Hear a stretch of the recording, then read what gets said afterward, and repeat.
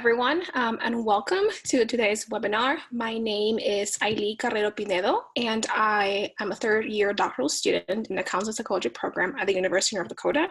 My pronouns are she, her, hers. Beyond being a student, I'm also the Division 45 Student Committee Research Chair. And the Division 45 is the Society for the Psychological Study of Culture, Ethnicity, and Race, and it's a division of the American Psychological Association.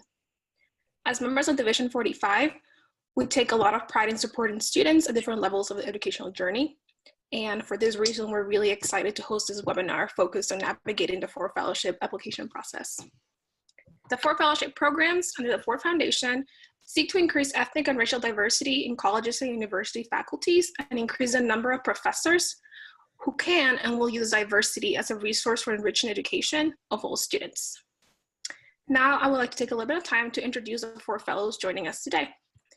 I will ask you to please say your name, your pronouns, institutional affiliation, research interests, and anything else you would like to share about yourself. So we can start with Nelson, if that's okay. Yep. Nelson Zunlame, fourth-year counseling psychology doc student at Indiana University, pronouns he, him, his, and my research interests are in combating intersectional oppression and promoting holistic healing broadly. So within that, I study sexual violence, mental wellness, academic persistence, and different things like that. Okay, Jen. Yeah, I'm Jen Martinez. I'm a doctoral student in the clinical psychology program at UMass Boston. My pronouns are they, them, theirs. And my research is around experiences of racial discrimination and ways that mental health providers can adapt treatments to address unique experiences to people of color.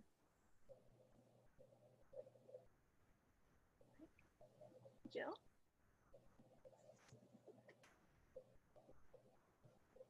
We're having trouble hearing you. I think you may be muted.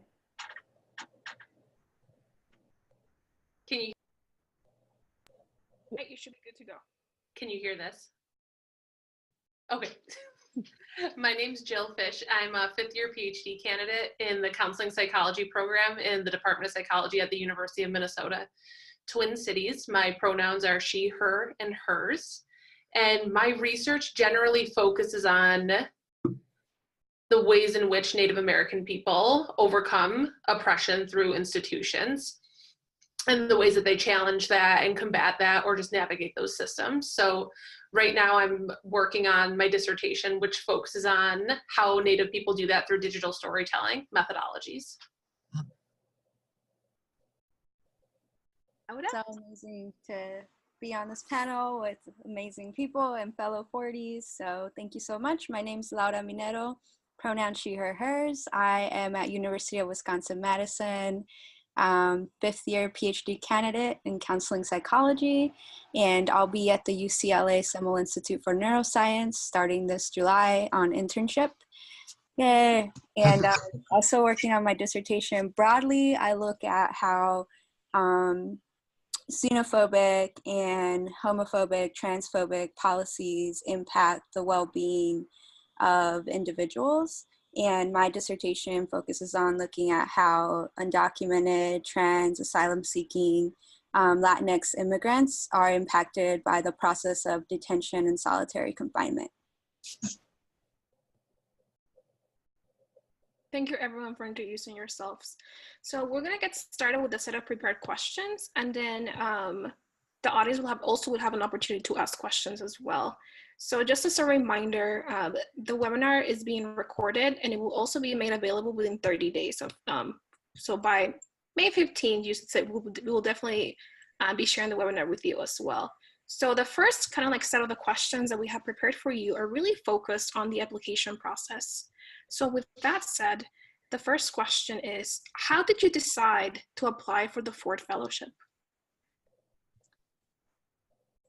Can I'll just take a stab at it. I think this is such a critical question, and I didn't expect to be asked this, but I think it's important to acknowledge that I didn't even know what a fellowship was. I didn't know, you know, I'm a first generation college student, so I didn't know what the difference between a fellowship and a scholarship was. And actually one of my professors approached me and said, hey, based on your work and the interests that you have, I think you'd be a great fit for the Ford Fellowship. And he told me this my first year in my PhD program. And I was kind of like, I don't know, like I didn't apply. And I didn't think that I was worthy, I guess. I didn't really know what the Ford Fellowship was, but I've also never earned anything like a full scholarship or anything like that. I'm undocumented also. And so I just thought like, no, this isn't for me. So the next year he approached me again and he's like, hey, are you gonna apply this year? You should really apply. And so that really, I think he planted the seed like a year before I applied. And then I was like, oh, he must be telling me this for a reason. I should definitely apply. And even as I was applying, I still didn't know what it was or the impact it would have on my life. And so I think it's just worth sharing. Maybe my nerves are a little bit different in that I didn't even know necessarily what I was applying to or if I was worthy enough of applying to. Yeah, thank you for sharing that. And I'm glad that you had a professor who continuously encouraged you, because I think that is really awesome and obviously led you to where you are. So that's really cool. For me, it's something that I first learned about during my undergrad, during a lab meeting that I had with a lab that I used to work with. The professor was just going through a number of different kind of fellowships and things like that related to graduate school. And I think that year, one of the graduate students in that lab, she received the Ford Fellowship. So it was just something that I had exposure to because someone else got it that I knew. And so it was my first year coming into the doc program that I already had that in my mind of, okay, you know, this is something that I want to apply for. And so I actually applied my first year, I didn't get it. And then I applied my second year and got it. And so, but in terms of more of kind of the process, that's how I guess I learned about it. But in terms of kind of what I was hoping to get out of it is, you know, really having that flexibility. So as a counseling student, you know, we have a lot of clinical work that we have to do. And then the main source of funding here at my university is teaching. So, you know, you have teaching, you have clinical work, and I want to be a faculty member. And so really looking for an opportunity that I can free up some of my time so I can focus more on my research and really making myself competitive to become a faculty member in the future. And so that was a large motivating factor for me in terms of applying for the Ford.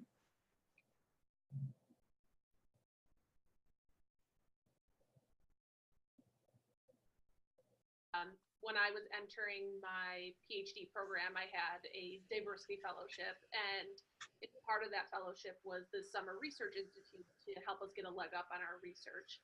And during that program, since we were all from underrepresented backgrounds of sorts, the person who was facilitating the program said, hey, there's these really great research fellowships for people who are from underrepresented backgrounds and who do research in these underrepresented or marginalized areas. And so she talked about NSF, she talked about the Ford, and she talked about the APA Minority Fellowship Program. And for me, I'm also first gen and didn't really have much experience ever with what higher education looks like. I did get my master's before, but a doctoral program was just very different. And we do have different sources for funding, but being on a fellowship my first year already, I just thought, wow, this is something I would be really fortunate to continue with. And so I couldn't apply to NSF because I have my master's. So my first year I applied for both the Ford and the APA Minority Fellowship Program, and then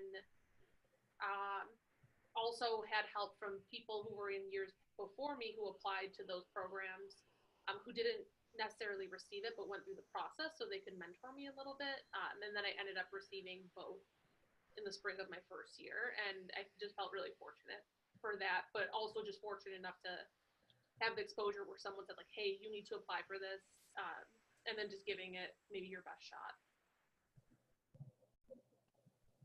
Yeah, I mean, my story is kind of similar to Laura's, but in the fact that I didn't really know about the fellowship. It kind of came through my email from someone in the department just by happenstance. Like no one in our department had ever applied to it or had received it. You know, we were also encouraged to kind of look for funding because UMass Boston is the only public university in the city of Boston. And we have a very, very modest stipend.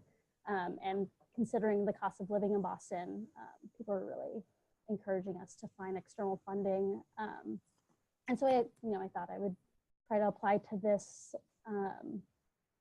because it seemed pretty in line with the things that I value. And I think I wasn't completely sure. I think I was at first skeptical of like, who's saying they want to increase diversity and who are the people evaluating this?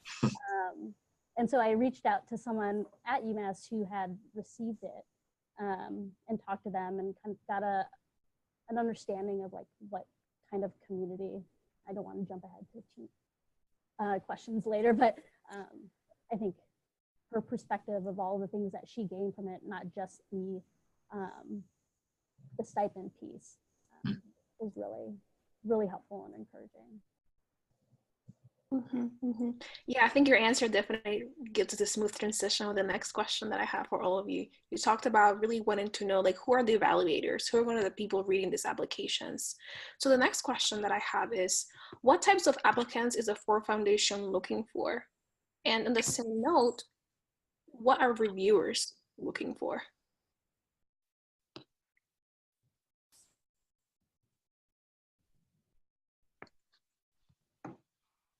We know the answer to this question, to be transparent.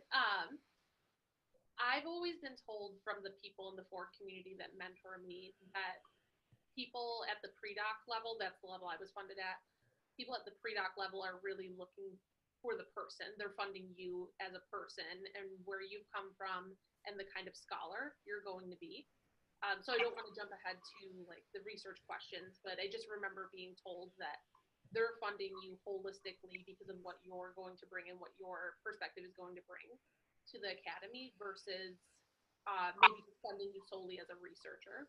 So I think they're looking for people holistically who have the research aspect, but also who have the personal aspect and the investment in enriching diversity at the level of higher education. I think that is very important to them and is something they look for. For my reviewer comments, I tried to go back and look to see what they said before this, but they're not available anymore because it was from 2015. So I don't know if anyone else had that experience of being able to look at their reviewer comments to know what they said. But I do know that from what I heard anecdotally is that there seems to be an emphasis on your personal statement and who you are as a person. I think that also might depend on what, and maybe others could, jump into which one you're applying to. And I know your proposed plan does have a lot to do with it. So the pre-doc and for dissertation recently did that one too. And I know that you care about how feasible your plan is, like what you're saying you're going to do. Does it make sense? Is it doable? And is this fellowship going to help you execute whatever that plan is? And I do want to highlight that although, the money can be, you're buying yourself time to be able to do research, you're also, like, the teaching experiences that you have matter. Like any facilitation, presentation stuff that you've done matter. And one of the goals of the Ford Fellowship is to bring, for you to have been able to show that you bring diversity into the classroom. And so I don't want us to just put research, teaching aside, and it's all about research, because I don't think that's the case at all. And one note that I didn't get to say earlier from the other question, as I think somebody mentioned that they applied again and they hadn't gotten it the first time. I myself was an alternate as a pre-doc the first time. So I got like a honorable mention, and then a few days later I got an email that I had indeed been selected. That's probably because somebody couldn't accept the award or what have you. And so I just share that because it's really important that people know that you should keep trying. You should keep trying to apply. You shouldn't stop. You know, the important thing is to believe in yourself and have the support. And I know it took even me a while, because I had been an alternate, to be like, oh my gosh, do I belong with these people? But everybody made me feel really affirmed and, you know, like, let me know, like, no, you deserve to be here. And I think, you know, it's hard because it is a competition and it can feel a certain way when you get rejected, but try to take it as, how do I learn from this? How do I ask for feedback? Like, how could I have strengthened this? And maybe, you know, like, are there other options for me if it's not the Ford? I do just want to highlight that, because I do think it's important, because I know how hard it is to get rejected with these kinds of things, but you have people here on this panel who are letting you know, like, I was an alternate, someone applied twice, like, you don't always get it the first time, and that is completely okay. Definitely. Yeah, I think similarly to what's already been shared, I think they are looking for kind of that holistic view. So, you know, there is a lot of emphasis on the research, but I think something in my statement, I believe I definitely talked about teaching and how I infuse, you know, multiculturalism, social justice, intersectionality, and different things into my teaching. And so I also talked a good amount about, you know, my service work, so my investment in the community. And I think they are really looking for that. They're not just looking to fund scholars who are just interested in knowledge for knowledge's sake, but really, you know, how you as an individual through your teaching, through your research, through your presence truly is going to help transform the academy. And I think that, you know, yeah, I think that holistic view is really what they're looking for. And so I think my first time that I applied, I put more emphasis kind of on the, so there's like 3 different statements that you have to write. So I put a lot of emphasis on the like personal statement and the previous like research and work statement, and I didn't as much in the research one. And that's kind of the reviews that I got back. So I was able to see some of my feedback, and some of it, well, a lot of it was just kind of check marks here and there, rating scales, but there's at least one person who specifically wrote, you know, everything about this application is solid except for the research. And so my second time around, I went through and I spent much more time on the research aspect. But again, you need all of it. It's not just if you have a great research project, you're going to get funded. You truly need that holistic view, and that's what they're looking for from my, from what I know. I think my story kind of links up really neatly with everyone's, because I also didn't get it the first time, and I think the first time I was focused much more on the research piece. And I think because that's what I felt the most comfortable sharing, I think the personal statement, especially since I didn't know who was reviewing this, of like how much to actually put into that personal statement. And I think, you know, especially after talking to another applicant or someone who, another fellow, and learning that, you know, these are also, you know, people of color in the academy who know the struggle and are really wanting to help folks around this. And I think from that, I tailored my personal statement to really like connect on to ways of my own research experience just seemed to connect and resonate with my personal values and who I felt like I could be in the field, and how that has been a marker of the type of work I want to be doing and what I value in being in academia, that it is more than just the research component and more than teaching, but really bringing all of those things together and really, you know, infusing the social justice piece into the work.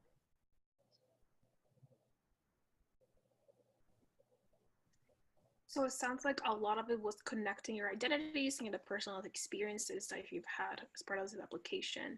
Is there anything else you would like to share related to that? Specifically, like how else did you connect your identities and, you know, the things that you discussed as part of the second question? I think we do have more experience with that than we think as graduate students. So I think mine was very similar to my personal statement for my PhD program, where at least for the personal statement, I kind of talked about, my experiences as an undocumented immigrant, and then how that has shaped so much of what I do and am involved in and am passionate about. And then how a lot of that, and the different intersections of my identity really drive my work and what I envision, and where I see myself going, and the influence and impact that I can have, on my students or in research in different capacities. And so, if you've applied to internship or a PhD program, we always are told, like, be authentic, be genuine. I understand maybe not everyone's as comfortable with that, not knowing who's on the other end. And so that's why it's really helpful that we're talking about this. But I do think it's kind of similar in that way. But one additional piece that I would add is when you go to the Forward application page, it tells you what they're looking for. And so I also very much tied my own narrative with what the goals of the Forward Foundation are themselves. So how did my own, experience and identity tie into that? How have I already been fulfilling their mission, and how could I further that mission? Yeah, I 100% agree. I think at the bottom, even if it was like a sentence or two at the bottom of all of my statements, I made sure to tie it back to their mission and how funding me would help further their mission. So that's, just anything you're doing tailoring wise, whatever you're applying for, like that is very important to make sure that you demonstrate that in your application and, your materials, but also highlighting that at the end of, or at least somewhere in the statement. And I think similarly, I really did tie in my intersecting identities, and that's I believe just based on feedback that I got from my letter writers who reviewed my application materials as well, to like really incorporate that stuff. I think it is sometimes very uncomfortable, sometimes weird to talk about our identities, and again, you don't know who's reviewing it, you don't know, is it too much, and all these kind of thoughts that come up. But I think that the reviewers, at least from my experience, really do understand intersecting identities, and especially those with marginalized identities, how that really does shape who we are, and so like I shared that I'm a second gen American, first gen college student, low SES background, single parent household, all these kind of things that truly do shape how I view the world and the work that I want to do. And so, if you're able to tie that in a way that speaks to the community work that you've done, the research you're doing, I think that's what they're looking for. So don't be afraid to be authentic, show who you are, and just don't be afraid to show who you are. I remember when I was writing my personal statement, I think that was the first statement I went for, because I thought it might be the hardest for me. And just talking about, I think that intersection is really important. That's what everyone emphasized so far, and I just really want to reiterate that. For me, it was just immediately talking about my reservation and my nation that I grew up on, being a Native woman, and how that informs my worldview and my research, and growing up in poverty and with violence and substance use. It was kind of like a walking a fine line of like, is this too much, or is this not enough? And at the end of the day, I came back to it and I was like, this is my experience as a Native woman growing up in poverty on a reservation, and it very much mirrors what I want to do in the academy, what I want to bring to the academy, how I want to show my students to be vulnerable and to share their stories, to push back against Western paradigms in higher education. And so because it just dovetailed so well with my research, because it's just who I am, I felt comfortable being able to put that out there. And feedback that I received from people throughout writing after people saw it would be, don't go a paragraph without tying it back to who you are and where you come from and your goals for the future, because you don't want your readers or reviewers to forget that, because they do read them so quickly, that just being able to cohesively hit on all of the points of who you are and connecting it back to Ford's mission and what they're trying to do is, I think, so important, and being able to kind of do that cohesively throughout all of your statements.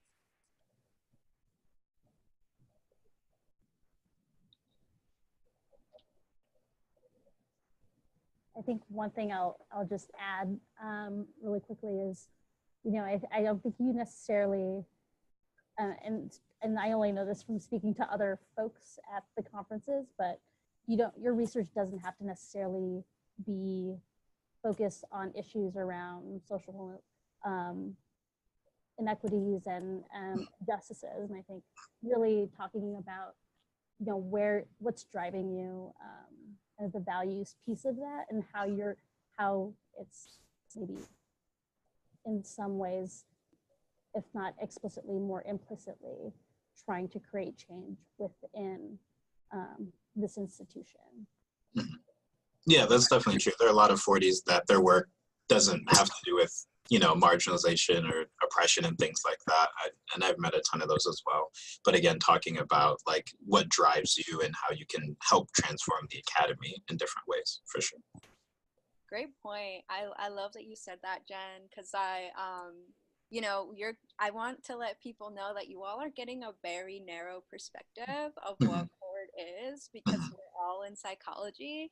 And one of the beautiful things, and sorry if I'm jumping ahead, Ailey, is that you get to be around people from a ton of different fields, like astrophysicists and engineers and, chemistry folks and biology folks. And so, their work might look very different. And so I think, some of us are connected in some way, so our work may be similar or overlap, which is why you're getting this perspective of like diversity, social justice, like, obviously we got brought together for a reason in our connections with Div45 or with our friend.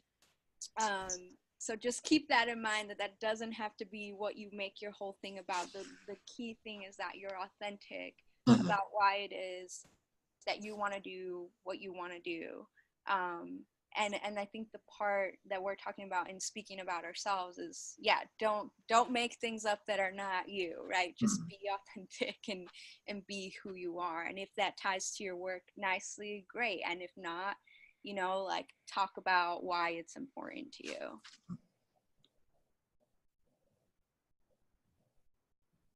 So we'll go to the next question now.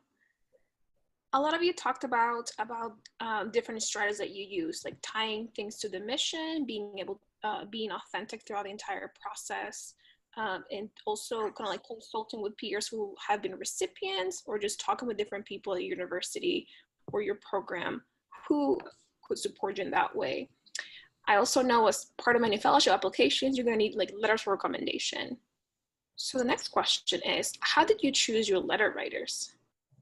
What was your criteria?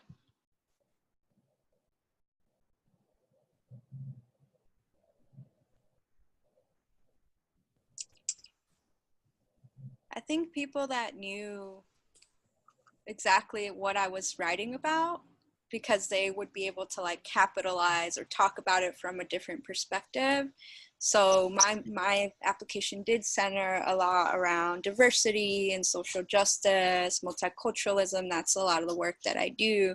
And so I made sure that people who were my recommenders, I'm sorry, my kitty's trying to play with me, that my recommenders could vouch for that. And also, how I am as a student, but also as a peer and as a community member. I did hear, I think we hear this often, to have people that are in your program, your advisor should definitely be one of them. If they're not, I think sometimes that can raise red flags. I don't know if people have a different experience, but that was advice I got and something that I had heard. And in terms of strategies, definitely reach out to your fellowships office. If you don't know anyone, sometimes your fellowship office has old applications from fellows that have shared their applications. I'll say this for myself, feel free to reach out to me. I know I couldn't have gotten through this process without actually having seen applications from other people. And one thing that you'll learn about the Ford family is that we all support each other and want to support other students. And so like I'm more than willing, and I know other people are more than willing to share their application materials with people so that you can kind of learn how to build things and what Ford might be looking for. I completely agree with that. And if anyone wants my application as well, I've shared it with other people. I'm completely fine with that, because I'm just happy to support other students. And I would echo about the fellowships office. I didn't get anything from them, but I did get fellowship applications that were successful from, I think, the previous year. So I had 2 successful applications, and then I had a couple non-successful ones from friends. And so I was kind of able to compare and contrast and say, like, what does this one have that this one doesn't? Where does this one seem to hit home more? Where does this one doesn't? Where this one doesn't?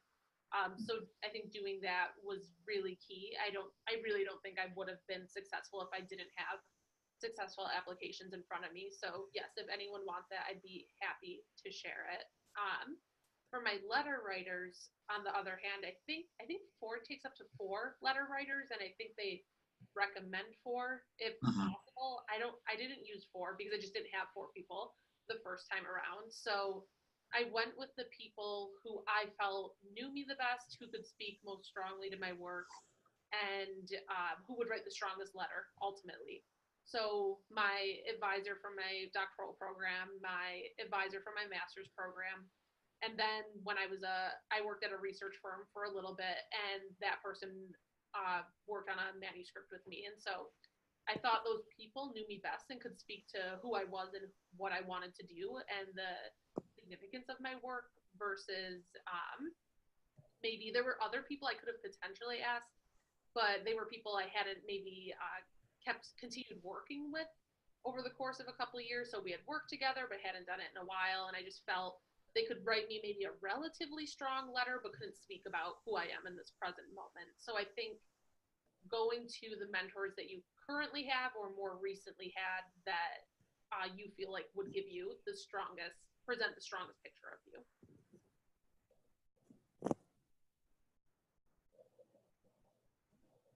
I definitely am willing to share. So I applied twice, so I can also share the application package that didn't get accepted and one that did. So you can see kind of just the nuance even with the same materials. I think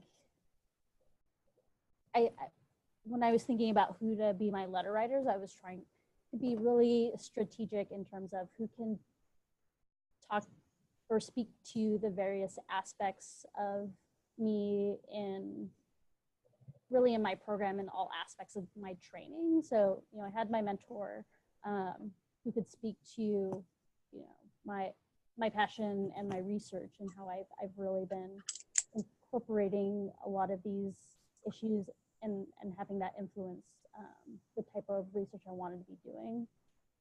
I asked a professor, so this is really early on in my training too. So I think what's really tough about this is like, you're asking people who maybe have known you for like a year or 2 years.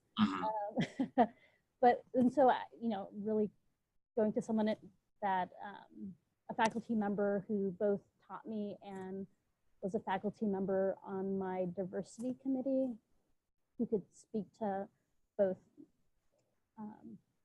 my interests in thinking around these issues as a student and also as someone helping have these discussions within broader academic context. And then I asked someone, so I was a teaching assistant and did a guest lecture for a Psych 101 course. And in that I focused on the impact of microaggressions. And so I had the professor of that course write about, because she was there during that lecture. And so even though she only had that 1 hour of watching me teach, I think she felt comfortable in talking or speaking towards my ability of incorporating, being thoughtful of including experiences of marginalized folks in teaching. So I had to take notes because I had to rethink about who I asked. But so definitely my advisor was the first person that I asked. And because a lot of my materials were centered on, in the work that I do, centered on intersectionality and different things like that. I had him write about both. So, my research, but also my commitment to social justice. And then I also asked one of my undergraduate mentors, and I worked in her lab, and I just asked her to focus on research because that's the context in which she knew me the most. And then I asked another current professor in my department, again, to write about research and social justice because I've worked with her. And then the last writer I had was actually the director of the McNair program on our campus. And I asked because I had worked with him throughout my undergrad as a McNair scholar, but then as a graduate mentor to McNair scholars in my graduate program. And so that was really, again, focused on social justice, my commitment to diversifying the academy and different things like that. And so in that way, I was being really strategic of, hitting again on the fact that I have these research skills, but also the fact that I'm really committed to social justice, multiculturalism, intersectionality, and different things like that. So, your package or your targeting might be different based on what you're trying to convey to the committee, but that was strategically how I picked. And I think a tip that I got when I was in undergrad that I used for applying to doc programs, and something that I use continuously, is when you're asking for letters of recommendation, asking them, the letter writers, if they can write a strong letter and using that terminology. So I think a lot of times I talk to students and they get concerned about, oh, is so-and-so going to write me a good letter? And, what I've been taught is ask that in the beginning. Don't leave it up to chance, because, if you have 3 really good letters and the 4th person you ask because you were concerned that, the Ford recommends 4 letters, and this 4th one is kind of lukewarm or maybe not good at all, that might shift the way that panel sees you, right? And so really wanting to just go ahead and say, I'm applying for this, I really want it. Would you be able to write me a strong letter? And giving them the opportunity to say, I might be able to write you an okay letter. And, that might suck, but at least you have that honesty in the beginning. And, I think it's, at least for me, I think it would be, I'd much rather have that conversation and try to find someone else than go through all this trouble, get a lukewarm or not so great letter. And that might be one of the reasons why you not get it. Because they definitely read those letters and they're very important.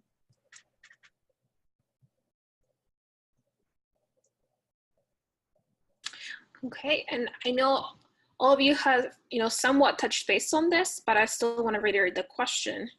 What did you want letter writers to share about you?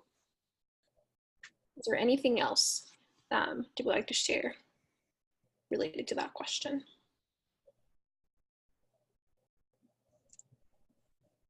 I think for me, oh, go ahead, Jen. Pretty much what you said earlier, of like tying into the mission of the fellowship. I think I was trying to be explicit with them of like why I thought they would be a strong person to write for me, and I think because I've seen it in this context and can speak to it in this way. So I think making sure that they knew that they were writing it to really speak to what the Ford was looking for.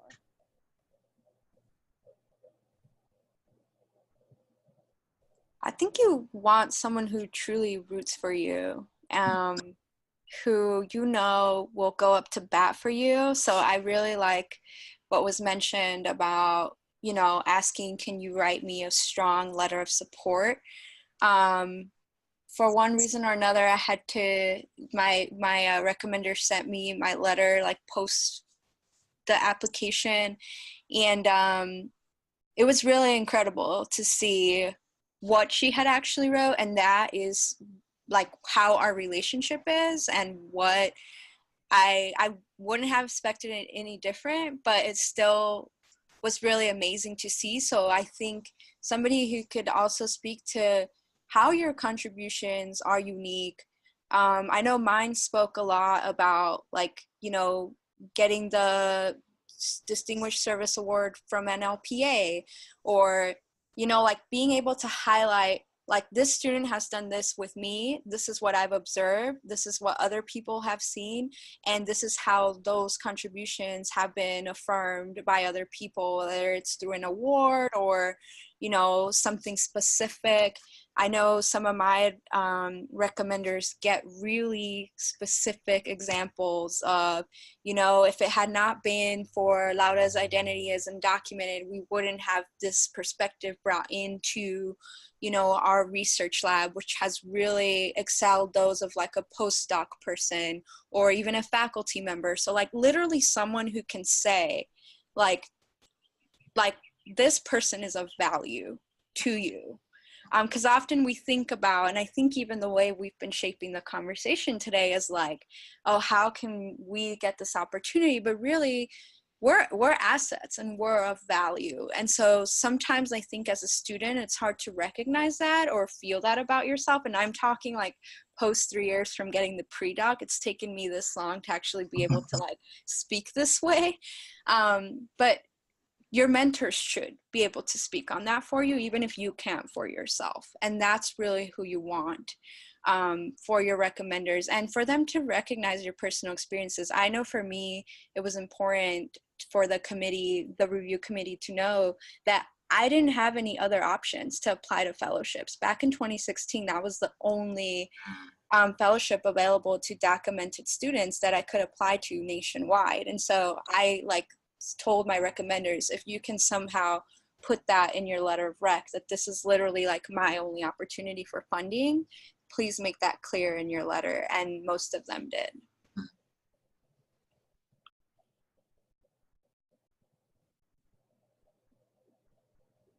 Back now that I had two letter writers who would let me see the letter before it was submitted. So then I could kind of say like, oh, okay, can we emphasize this more? Can you include this? My third letter writer didn't do that and still doesn't do that. But I hope it's good. But I remember I had no teaching experience whatsoever. So that was something I was really concerned about because I could kind of theorize how I would bring it to the academy, but it didn't actually have the teaching experience yet. And so something I said was, can you talk about my service learning, my mentorship of undergraduate students, and how many of them I mentor, and then the work I do as a volunteer in the community. Can you talk about that as a form of teaching? And so that was really important for me because I considered that kind of a limitation of my application package that might work against me. But if you can think in creative ways about how the mentorship that you do and the volunteer and service learning work or community outreach work that you do will inform what you bring to the academy and your teaching style, then I think that's something you should let your letter writers know to incorporate in that, because I don't think it would have been as strong as if they weren't able to speak to that at all for me. And also, I think what people are saying about the importance of us being valuable is very true. So for me, I know one of my letter writers said like, hey, Jill is Native, Jill is from this nation, and there are so few Native psychologists that you want to support this person and help push them through this pipeline because they are valuable and have innovative things to say. So if you have those people, those I think should be your letter writers.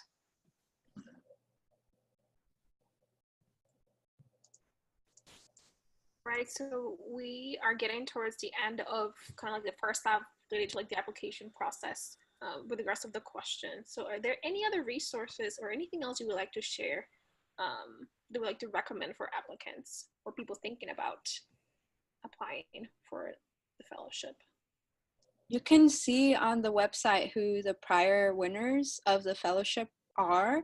And so go look for your institution and go see if you can connect to someone. I think that's something that I did. Like I saw someone from the sociology department had won like the year prior. And so I contacted them and they were more than happy to share their application. So look at past winners and see any connections that you might know or have either at your institution or through some other way.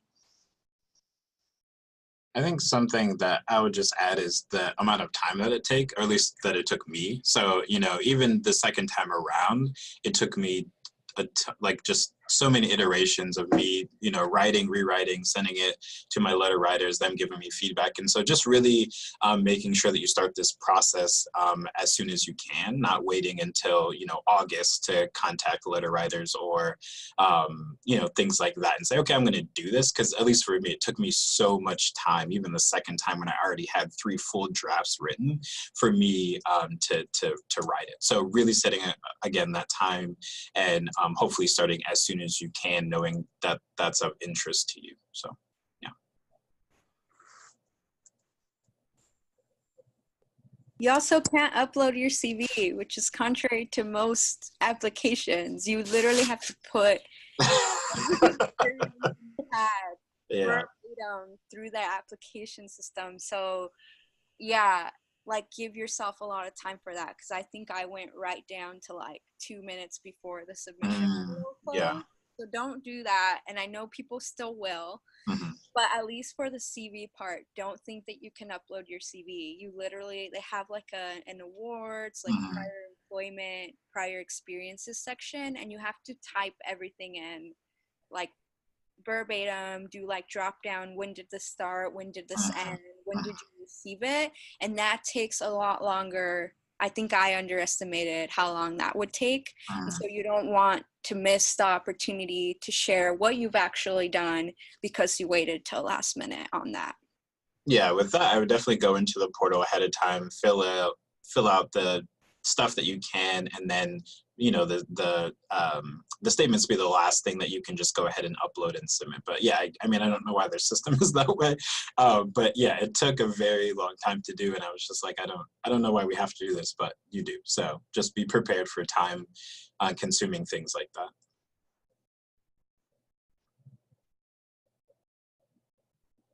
That I would be in contact with before I applied. Her name is Chris Bray, and I don't know her phone number, but it's listed on the Ford website. So even before I applied, I just contacted her and would ask her questions, and she's super helpful and tries to be as helpful as she can. So I think that's a resource for people to not overuse, but if you need it, to contact her. Oh, go ahead, Jim. Sorry. Thanks. I think one piece of advice that someone gave me early on that was so simple but was really crucial was to constantly go back and read what they're asking. Like not just at the beginning as you're seeing if this is a good fit, but as you're writing every piece of it, as you're revising, constantly looking back and saying, am I actually doing or writing something towards what they're actually looking for? And I think the other thing I want to highlight, because I think this was alluded to, is that, you know, I think it's really hard for folks to like really claim our achievements or even recognize things as achievements. You know, I have this conversation a lot, particularly with other students of color and folks who are first generation students and like former immigrants of, you know, I think there's often a mindset of I'm just doing what I need to be doing. Like this is just what I'm expected to do, but realizing that there's so much that you do and so much that you accomplish and contribute to the world, and really recognizing that and owning that.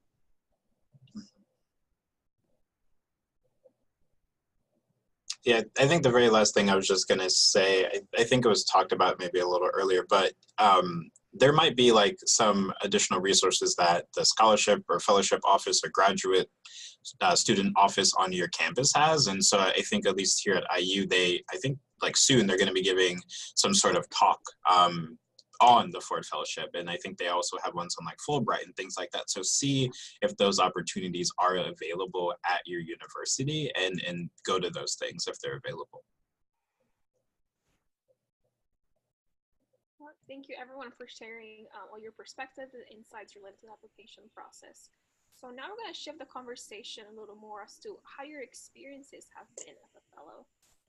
So the first question that I have is, what is it like to receive a fellowship?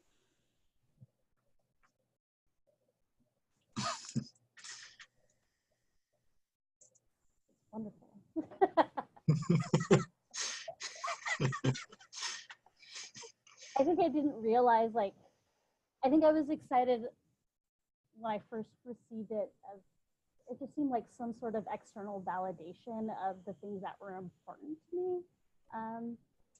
And I think, I don't want to talk about the other questions, but I think I didn't realize just how beneficial it was in so many ways that I didn't expect in terms of the flexibility it could give me. I mean, in my program, there's still things that I'm required to do each year as part of the training, but I think, you know, it definitely gave me some flexibility in terms of timing of, you know, how long to go through the program, or having the resources to then apply to other grants and scholarships and things like that. Yeah, I mean, I would say, I mean, for the Ford specifically, I just feel really honored and blessed to have it. I think I reread that email like 100 times. Like that first day, I kept assuming that it would go away, or to get one that was like, oh, this is a mistake. And even every now and again, now I'm still like, oh, like I really have this, you know, especially when you're at the conference and you see all these really amazing people and scholars and just all the great work that they're doing. It's just kind of surreal at times. But, you know, back to what, or similar to what Jen was saying, when you're thinking about just the flexibility and the time, it really is just so great to be able to focus on whatever that is for you, right? So you can, you know, do your research, you can do more clinical work if that's something you're interested in, teaching if that's what you're interested in. And I think this fellowship in particular is really cool because there aren't restrictions on what else you can do. So my first year I had a fellowship, and it was a multi-year fellowship, but the first year I didn't have to like teach or whatnot, but the next years I did. And so that was another kind of motivating factor for applying for an external one. But again, having that flexibility is really nice. But that first year, the fellowship I had a contingency that I couldn't do anything else. And so I had the opportunity to work as a research assistant on campus and get paid to do work that's very similar to my actual research, and my advisor was cool with it and whatnot. But the stipulations of that fellowship was that I could not get paid to do this work. And so I ended up just volunteering and still doing the work. But again, the Ford doesn't have stipulations like that. So you're not necessarily punished in that way for having something like a fellowship. And so, and not wanting to get into your, I guess, other questions too much, but again, that network and the people that are in Ford, you know, just so genuine and nice every single time I meet them. Like they're very just genuine and nice people, and I think I'm constantly surprised by that, but also just really, really thankful and humbled by that as well. That, you know, there are just such nice people. Just because you touched on that, I do want to say Ford does have certain restrictions, and that has changed over the years. And I've recently realized this with the Dissertation Award, which I recently received, but they're kind of going back and forth on whether I'll be able to accept it because I'll be on internship. And so please do be aware of what the regulations are. Because I think that they've, at least from what I've heard from talking to people, it's become more strict in terms of they literally have on their terms of acceptance is that you can't have any other sort of remuneration, and you can't accept any other kind of fellowship while you're doing the Ford Fellowship. And so this is like very much on my mind because I had some recent things. I'm ending my like third year of pre-doc, and I had done a fellowship in DC this spring, and you know, the Ford Fellowship contacted me. They were like, you weren't supposed to do that, like what are you doing? And so, you know, they do very much stick to the rules, and they're very much by the rules, which I can understand why, and I completely respect it, but do know and be aware that it's not just like do this and do that. Like it has to be like a required experience if you do teaching, or something that's actually going to really enhance your professionalism and you moving towards your goals. So if you can make a case for that, I know I had RA-ships and TA-ships on top of the fellowship all throughout. And that's what has really contributed to my learning experience. And, you know, aside from that, I also needed the extra funds because, you know, like I don't have a fallback of getting loans in any kind of way. I don't have the fallback of reaching out to my family. And so in getting this fellowship, like I very much had a similar reaction because I went from being an alternate to like a few days later being given the award my first time.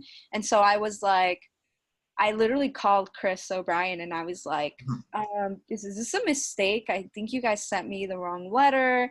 And she was like, oh, you're Laura Minero, aren't you? And I was like, yeah. And she's like, congratulations, you have a letter. I was like, what? Like, I remember like flipping out, but I've similarly had the same reaction, which I think that says a lot about what we've internalized and like not being deserving. And so whether you get the award or not, I think that that's work that we have to do as students, as a community, to continue to build each other, and figuring out how, you know, maybe people might not have access to the forward community, but something that I do always is I forward the emails of like all the teaching positions or other scholarships or other opportunities that we have through our listserv, and I make sure to share that with other people in my community, because I think that's one of the, aside from the monetary, you know, assistance, you now are kind of a part of a family that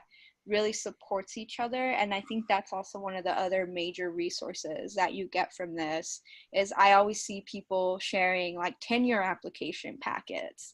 For example, like I don't like, that's something I might have to do in the future and I would have no idea, or who do I reach out to? But here you have like, you know, over 1,000 people on a listserv who are willing to respond or support, or if you need an article or a resource of some sort, people send it to each other.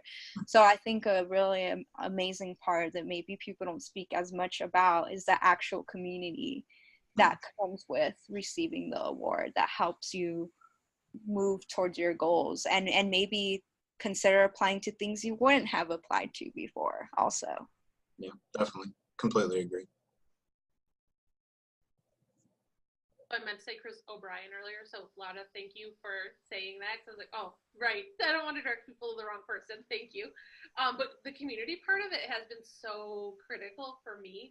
I remember just having I just had a bad day the day I was told I had received the pre-doc. And so when I received it, I was like, oh, it was just like such a relief and I couldn't believe it. And I had the email started in my inbox for the longest. I usually just went back and looked at it. But it was like, there were so many times I wanted to give up. My first year, just knowing my family has gone on to their bachelor's, master's, or let alone PhD. And so a lot of people back home don't know what I'm talking about, aren't able to support me in those ways. It's just kind of like, just do it. Just do what you're supposed to do. And it's like, oh wait, it's really lonely and isolating being a Native person in a predominantly white institution. And it's hard to find other Native people and Native people in psychology and just Native people or people of color. So when I received the forward and I was on the listserv, I was just like, and when I went to the conference, I was like, oh, like these feel like my people. Like I found a home. And my fellowship ended last year, and I remember thinking, like, I was like, am I going to be taken off this listserv? Because I love the listserv so much. It's like, you have so much support there, and like if you do something cool, you can share it with people, and people are like, hey Jill, like this is really cool. And I put stuff on there because I do research with digital storytelling, and then people or fellows from the humanities contact me and they're like, hey, we should collaborate in this way. And it's like this really supportive group of people that I just wouldn't have had otherwise. And I think just like if the fellowship was just being on the listserv and having people, I would have been just as happy keeping it because it's like the coolest place in the world for me. Yes, for sure. I think like especially going to the conference for the first time, I remember just being blown away and my heart felt so full. I think I'm used to being in conferences that are really white. And also say a lot of problematic things. And so it was so powerful to be in a room with all of these like, researchers of color who are doing, uh-oh, did I cut out? Did I cut out? Kind of. You're still there. Oh, Oh, okay. there you're back. Okay. And so it was just like so powerful to be in that space with folks who are just like so passionate about all of this and just like so wonderful and so supportive and, you know, and the listserv as well. I think it's always great to see when someone posts something they've accomplished or an award they received, and like all of these people, it's unclear if they have even met in real life, but everyone's like celebrating each person's success, and it just seems like such an affirming space and community to be a part of. I have to say, I felt the same way. I met Jen at the first conference that I went to also. And I remember I felt intimidated by Jen because I was just like, oh my gosh, they are so amazing. Like, wow, you know? And so that's definitely the feeling you get. So I think for me, I had a bit of an imposter syndrome feeling. Like I said, I mentioned I was an alternate and I was like, oh my gosh, I was just given this thing by default. But you get to have like mentor check-ins with alumni, so prior Ford fellows, and I remember sharing like that I had this insecurity being at conference, kind of just being like, oh my gosh, I don't belong here, like people are gonna know that I don't belong here. And the person sat me down and like talked to me about how applications are reviewed. And so I know this was mentioned earlier, but like it's not one panel that reviews all applications. It's you know, like a group of experts that get a certain set of them from different fields, and so not one person reviews all the same applications, which I think is also the beauty of it, but they go off of rankings. And so this person explained to me like, Laura, you were still in the 3%, like why are you, and you were like the next one, you know. But like having someone actually like sit down and like share that with me, like who would take the time to do that? And like that really changed everything for me. And it wasn't something that I was feeling from other fellows, it was something that I was coming in with because I had internalized that. But then having people just being really reassuring and really like friendly, and like people are explaining really complex scientific concepts in like layperson terms. And so I never knew anything about black holes, and I sat down with someone who was talking about black holes, and it was like so fascinating to me. And so the conference just brings you with other amazing, you know, students, researchers, scientists across the entire nation that you might never otherwise have spoken to, and in fact may have felt too intimidated to talk to, and they're genuinely interested in your work too and view it a value and say, you know, like I had people that were in chemistry that to me that's a foreign language, and they were telling me like, well, what you do is a foreign language, like that sounds incredible. And I'm like, oh, you know, like you don't think of things that way because we're so much in our bubble, but getting to have a space where you're in an interdisciplinary group of people, that really helps you grow. But it's also kind of affirming of your own work, if that makes sense. So funny for you to say that, because I remember seeing you in the audience that first year, and I think someone stood up and showed a magazine with your face on the cover, and I was like, I'm not on a magazine.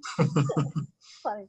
But the one thing I do want to add that has been really helpful about like both the community and the conferences is that they have fellows and programming for all stages of your career too. So it's, you know, even if we are the pre-doc fellow, you're hearing information about preparing for your DIS, or, you know, finishing your DIS, and, you know, things about postdoc and tenure. And so I think there's just so much, it's just such a huge resource for your entire trajectory, not just, you know, this moment, and also this moment. They even bring publishers to the conference. Like, who does that? Like, I remember being like, what? Like, you can literally sit down and have a meeting about your research and the possibility of publishing it as a book. And you literally just sign up and have an appointment with different publishers. And so that's also a great resource at the conference. I still haven't done it. I have to push myself for that, maybe at the next conference. I think my car alarm is going off, so I'm just going to take a quick tea and be right back. Okay, so I'm kind of have a couple questions left, and I also want to leave some time for participants to ask questions.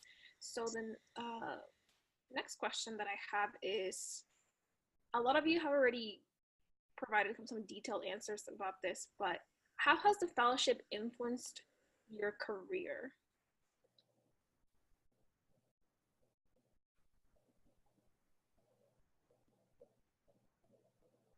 A good question. I think for me, even just having a community of interdisciplinary scholars, I can just go straight to my dissertation. Like, it influenced my dissertation, like what I had access to and how people spoke about intersectionality, which, you know, is founded by Crenshaw, but typically in the field of psychology is not rooted in Black feminism. We do not critique the systems that make people's personalities relevant, but rather we focus on, oh, this person has this identity, and how does it overlap, which is not what intersectionality actually is. If you go to the root of it, I mean, it's all, there's articles out there that show that it's used incorrectly. And so like that influenced the way that I shaped my dissertation, and just being around a group of interdisciplinary scholars. And it also opened me up to other things that are out there. So yes, the fellowship wants people that are going to go into academia, and that's definitely still a priority for me. But I also just recently did a fellowship that I had ran across through like searching, and I realized that the National Academies of Sciences, Engineering, and Medicine ran the same thing. That's where the Ford Fellowship office is at. And it was an opportunity to go to DC for 3 weeks and learn about science policy. So how, as a scholar, as a PhD student or recent PhD graduate, can you use your skills to influence policy?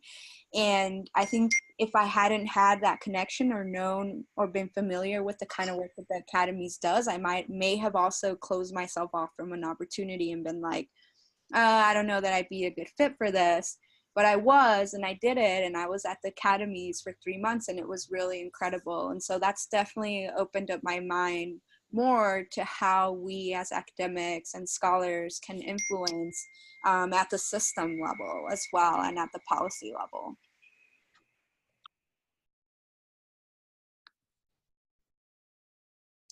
Yeah, I think for me, I mean, I think it's really multifaceted, and that's the really great part about it. So we've already talked a lot about the listserv and the community, but I think that to me is one of the bigger things, because, you know, your fellowship is going to end at some point, whether that be 1 year, 3 years, what have you, but that listserv and that community is always there. And so I think that truly is something that's one of the biggest, you know, in networking and just, again, but more than that, it's a legitimate community. And so I think that's one of the biggest things for me. You know, aside from that, obviously the recognition of the Ford, so it's a prestigious award, and that is something that's going to help me as I move on to the next stages, you know, applying for faculty positions and things like that. And so I would say it's kind of all those things. But again, meeting people from different fields and having them shape your research and having them shape your thought process, and just being exposed to so many different things at the conference that, again, I just had never considered or thought about it. And that really truly enriching me, not just as a scholar, but as a person. And I think that's really awesome and really important. So Jill, the question was, how has the fellowship influenced your career? Yeah. Oh, in so many different ways that I feel like, yeah, just globally, it's influenced my career. And I think I heard some of you talk about this as I came back, this style of interdisciplinary thinking.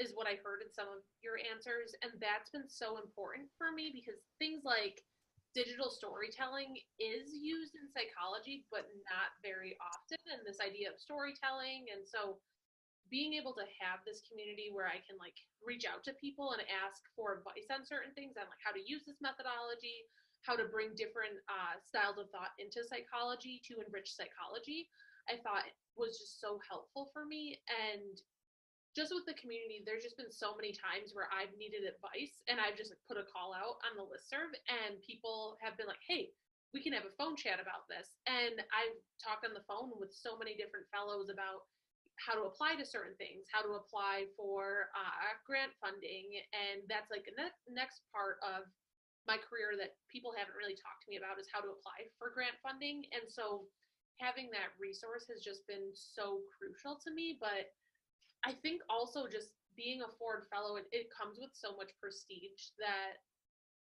having that has helped me in all these ways by just having it on my CV.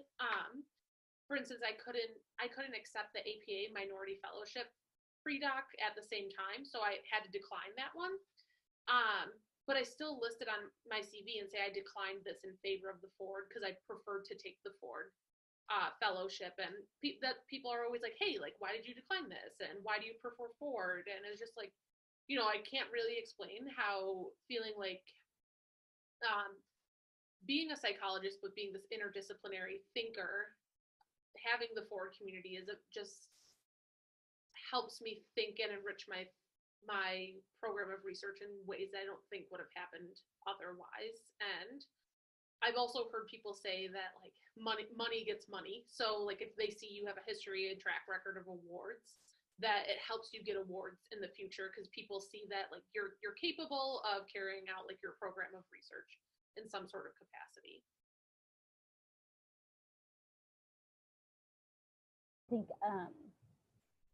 and for me, it was helpful, and I mentioned this a little bit already, but just not having the pressure to rush through really my education in ways. So, you know, I had the, in some ways, the luxury to say, like, I think I'll wait applying for internship for a year so that I can apply for an NIH grant for my DIS. And I think had I not received the fellowship, it probably wouldn't be likely because I probably wouldn't have funding through my program to stay longer. And so it just opened up more opportunities for me you know, than I had anticipated when I first applied. But I think really, the biggest way that the fellowship has influenced my career, I think, is really just the support network of the Ford Fellows. It's hard to explain just how fulfilling and how rejuvenating it is to come back from those conferences and be around people and talk about like, I've been experiencing just like this barrier within, you know, like with publishing and who decides like which impact factor, why impact factors are important and how that is tied to, you know, the ways that the journals that focus on culture and minorities always have the lower impact factors. And so, you know, it just talking to people about a lot of these systemic aspects of being an academic and a researcher and just like a person, just person in the world. And that, I think that has just been huge in my own, in my ability to sustain this work. Thank you everyone for sharing your thoughts. So we have a little bit over 10 minutes left before we end this webinar, and I want to open up room for questions for audience members who are still with us.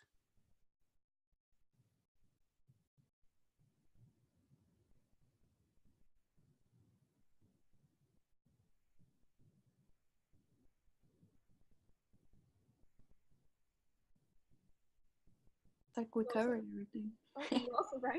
You also have the option of sending me kind of like a private message, and I'm more than happy to ask the question on your behalf.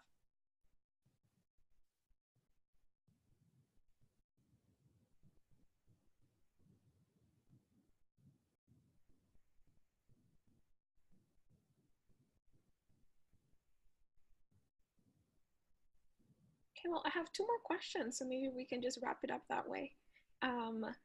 The other question that I have is, what is something you wish you knew when applying and now after?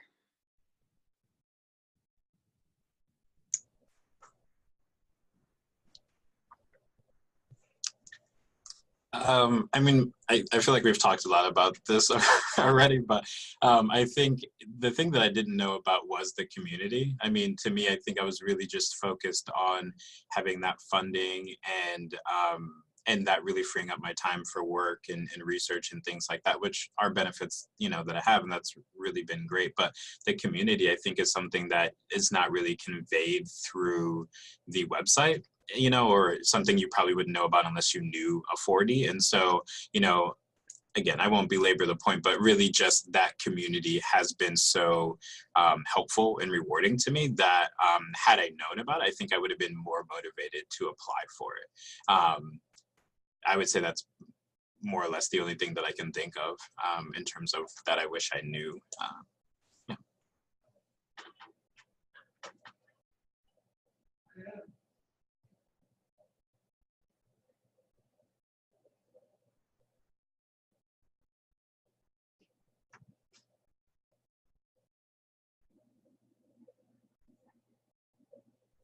Out to me that I wish I knew beforehand that I know now.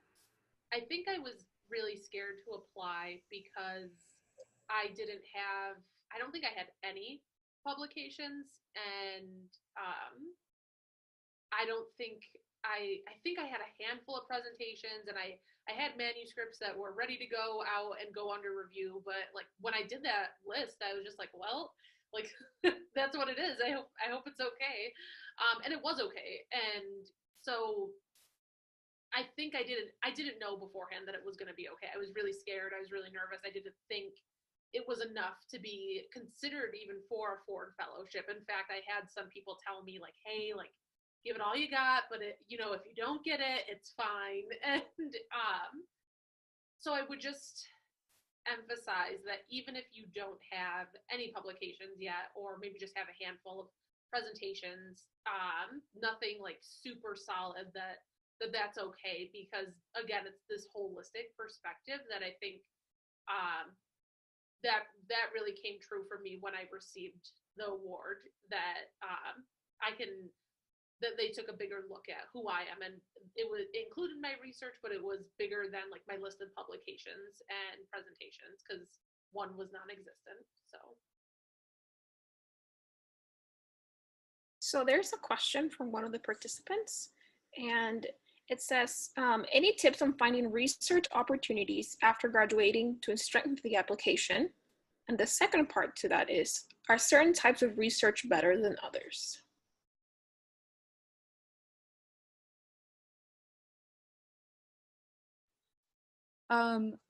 This like brought me back to like a random experience I had. Because I mean, you know, I think there's the like traditional way, like asking your advisor, seeing what other students in your department are involved in. I say also get outside of your department. If there's a study that's interesting out there, reach out to the PI, let them know about yourself and your experience and why you'd be interested in that work. But I also have this really random thing. I think it's all about initiative and like what you put out there. I remember there was this national undocumented research project occurring nationwide, which was one of the first studies to examine how DACA was affecting DACA recipients. And this was by Dr. Roberto Gonzalez, who was at Harvard University. And I remember being like, okay, like I really want to participate, but I also would really love to be involved in this project. And so I actually like filled out the survey, and then I contacted him through Facebook. So use your networks. And I was like, hey, you know, I really love that you're doing this. And I shared a little bit of my own personal narrative and having DACA and how I'm also, you know, I think at that time I was a master's student. And I just shared that, you know, I know you typically don't have research participants involved in the collection process, but if there was any way that I could be involved, that I would really love to help. And he responded, and shout out to Dr. Gonzalez. he was like, oh, let's meet over the phone. Like, totally, let's see how we can like loop you in. And for me, like in terms of everything else that I was involved in, I was trying to wrap up my master's. I think as much as I could be involved in was helping with like social media posts. And since I was also remote, and so I created like some memes and some graphics to get people interested in the study and would just post it on social media. And then I also helped just like keep track of like who was responding and seeing how we could get more participants in certain regions of the nation. But I feel like my contributions were so minimal, but it was such a big, important project. And all I needed to do was literally ask. And I feel like that's a non-traditional way of getting involved. But definitely, if you see something out there that you're interested in, don't be afraid to ask. I think what I found, the way that people are receptive is if you share, you know, I know we always want to share about like the person, like I've read all your work and I've read all your research. Like sometimes that's not true, and people can see through that. What's more authentic is being able to say like, this is me, like this is why your project like really stood out to me, and you know, maybe I don't know as much about it, but I'd love to learn more. Is there any opportunities to learn more or be involved in any way? That's also a way to, I think, become involved in research. Yeah, thank you. That's a really cool story. And I think that I would agree. I mean, just email people. I think oftentimes, again, we feel intimidated by this idea of reaching out to people. Oh, they're going to perceive me as uncredible or